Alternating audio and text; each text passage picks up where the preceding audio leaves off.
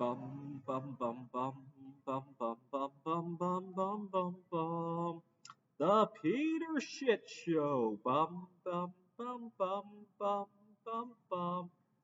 I'm gonna say Peter Shit Show for a change because of something shitty happened today. Many years ago, I was a big fan of the game show Who Wants to Be a Millionaire, and I was viewing websites about it. There was a website where we were encouraging each other to write questions for just our own show. And I got to know another big fan of the show. He was, when I first found his website, he had just turned 18 years old and could qualify for the show. And he was exchanging strategies for how to get on the show. And he eventually made it to the show, but he didn't win the fastest fingers qualifying round.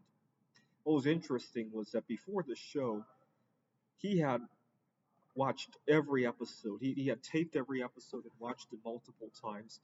And he thought he could do some statistics on which answers would be most likely. And he came to the conclusion there was a certain order in the fastest fingers that came up more often than any other order. And he, on his strategy guide, he said, if you don't know the answer to the fastest fingers, just punch in this order as fast as you can. I think it was CBDA or something like that. So on the night of the show, I kept watching to see if that order would come up because I thought if it came up, he would win with like a record speed, like 0.05 seconds or something like that. Right? So not only would he win a lot of money, but he would get the recognition of having the fastest fingers ever. And the order actually did come up, if I remember correctly, but he didn't make it to the show.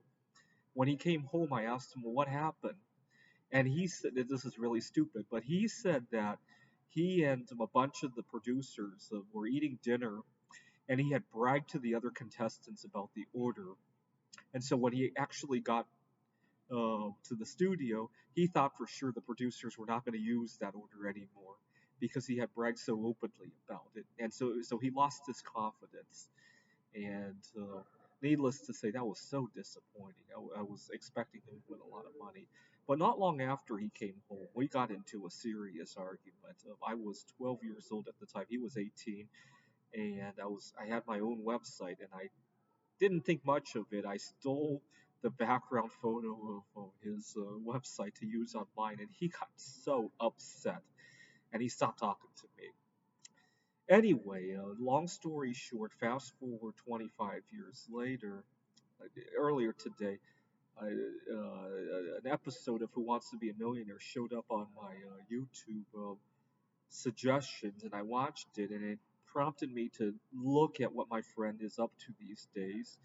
And I never imagined I would see him as a middle aged man with grandchildren. He had a photo on his Facebook feed of him holding a grandchild, and I added him as a friend, and I apologized for stealing that background image many years ago. It's just sad.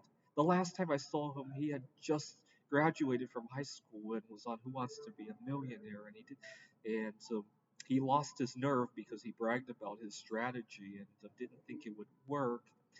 And it feels like I took a very long 25-year nap, and I woke up to see him holding a grandson, and just really sad altogether. That's why it's a Peter Shit Show for a moment.